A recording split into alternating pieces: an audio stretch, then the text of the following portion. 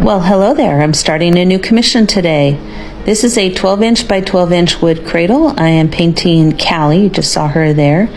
I am using a General's white charcoal pencil, which easily comes off with water to establish a grid in 2-inch squares, and then I am using my grid on her photograph to transfer the drawing over to the panel. This paint here is Golden's fluorescent paint. It is fluorescent pink, and it glows a lot more than you can see here. It's really glowy. And my intention is to leave bits of that showing in the spaces where two colors meet. Callie here is white and black and orange, and she has some beautiful markings on her. The original image, the main image is going to be a close-up of her. And then in the background, I'm going to be kind of repeating some of the oval shapes that you see on her flanks. I wanted to make sure to get those in as well. And it'll be kind of a funny echo toward those old corny photographs where they composited a close-up of someone's face and then a distance shot. I don't know how well that will transfer here, but I thought that was a funny image. Anyway, it's going to be very pop art. I'm going to be going with fairly flat colors here, though there will be some fur texture. And as usual, I'm going to make the eyes, nose, and mouth as realistic as I can, but the rest of it will be a little bit more abstract. The next the next video, I will be showing the beginning of the painting process, and this one is just showing you how I'm trying. Oh, there's her beautiful spots. I'm putting those spots in the background here. So I'm just showing how I'm putting the composition in this time.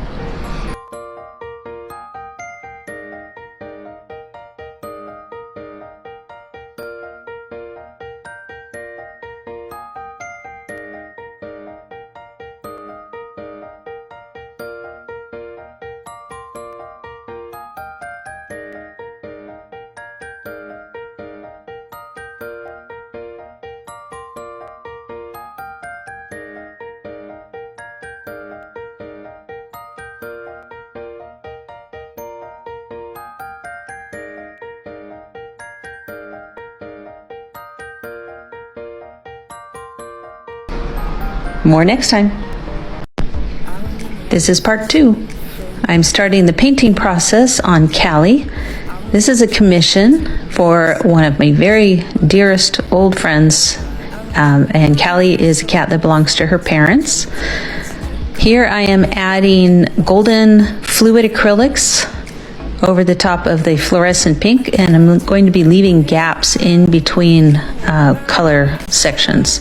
So here is a lot of white. Callie also has patches of black and orange. And I'll be going over all of this with a second layer. The fluid acrylics just kind of go down faster than the thicker acrylics, but I do have to put a couple of layers on them to get a pure white. I'm going to be doing a very flat white here. Most of the sections of color are going to be starting at least to be very flat, like pop art style. But then I'm going to go back into the cat and start adding lights and darks so that we get some roundness and then fur texture. So in the first video, I mentioned that I was using General's white charcoal pencil to do the outlines. What I forgot to mention was that I had a little dish of water that I kept dipping the tip into, and the tip was pretty sharp. And the water softens the charcoal, makes it go down in a nice thick line instead of kind of very light, scratchy lines. I also used a wet Q-tip in order to erase the white charcoal. It comes off very easily. So just wanted to mention that now since I didn't explain that earlier. In this video, I'm mostly doing white, but you will see me start to do the eyes here. The white is titanium white, and in the eyes I'm using, again, the golden fluid acrylics, but in a green gold.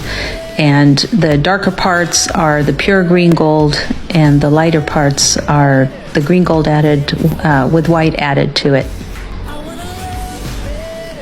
And now I'm going into the pupils with a carbon black with a touch of white added. I didn't want a pure black here because I want the opportunity to go darker still if I needed to, but it still looks pretty black. Now a little bit more white added to make this gray, that's the lighter areas around the eye. And the highlights, done with a touch of titanium white here. And I'm just adding the black to the nose, and there'll be more in the next video. Bye.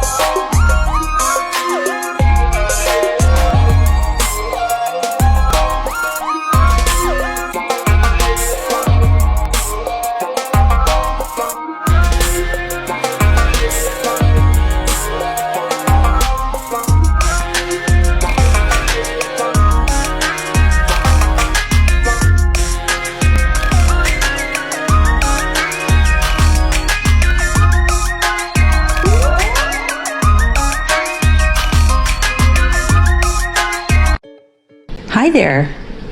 I started this painting session by covering all my orange areas with a brighter orange. I didn't care for the vat orange that I used before, so I switched to cadmium orange. And I'll probably need to go over it with an additional layer because it's a little bit streaky here.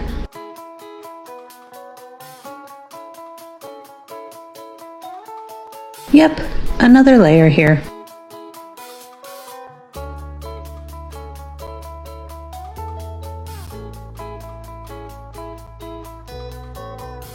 Now I'm using a damp Q-tip to erase all of that white charcoal pencil that I used to create the drawing.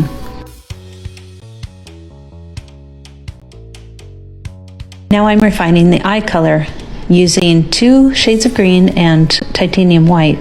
The greens are called green gold and chromium oxide green. I'm following the photograph pretty carefully here. There's some interesting patterns of light and dark throughout the eye, and the highlights are numerous. For the pupil, I'm adding pure black over the dark gray I had there before, and throwing in a couple of little highlights.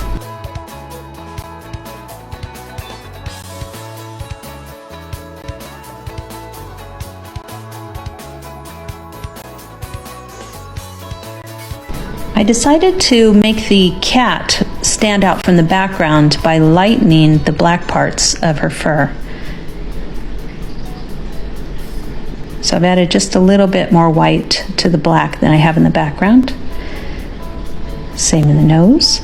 And for the white fur, in order to make truly white fur standing on top of shadowy areas, I've got to make the shadowy areas. So I am actually putting a light gray over all the white fur, and you'll see how it'll work out later on when I add the white, pure white strokes for the fur itself.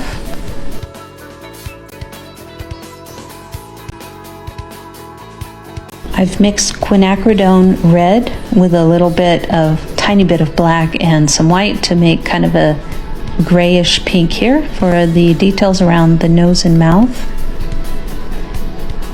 Putting some bits of fur in the area around the eye that's actually got not much fur, but just a few strands. More details around the nose and the mouth here.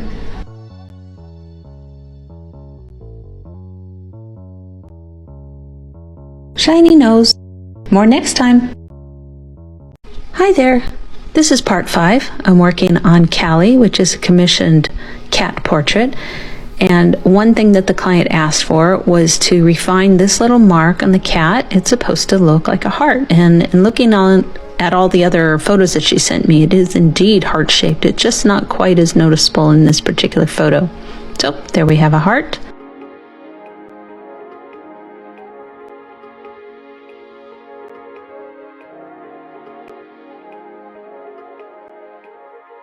I'm also adding in some black fur that I noticed in the photograph and I had not captured previously. For this orange, I felt like that bright orange was just too bright. I'm changing it again.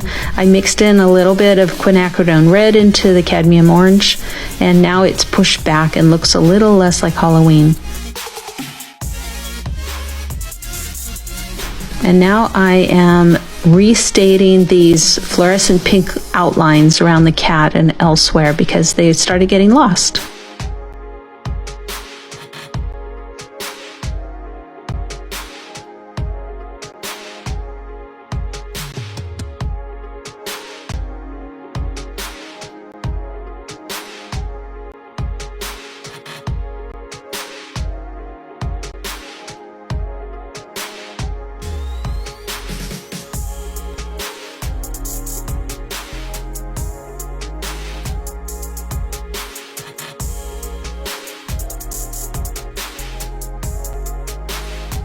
Here I'm going in with some darker shades of gray to begin creating the roundness and form of the cat.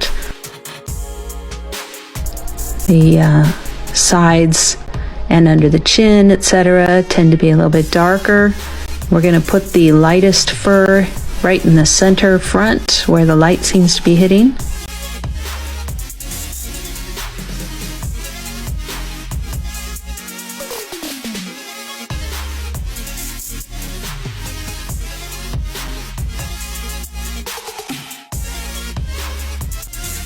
I'm just matching where I see the brightest and darker spots in the photograph.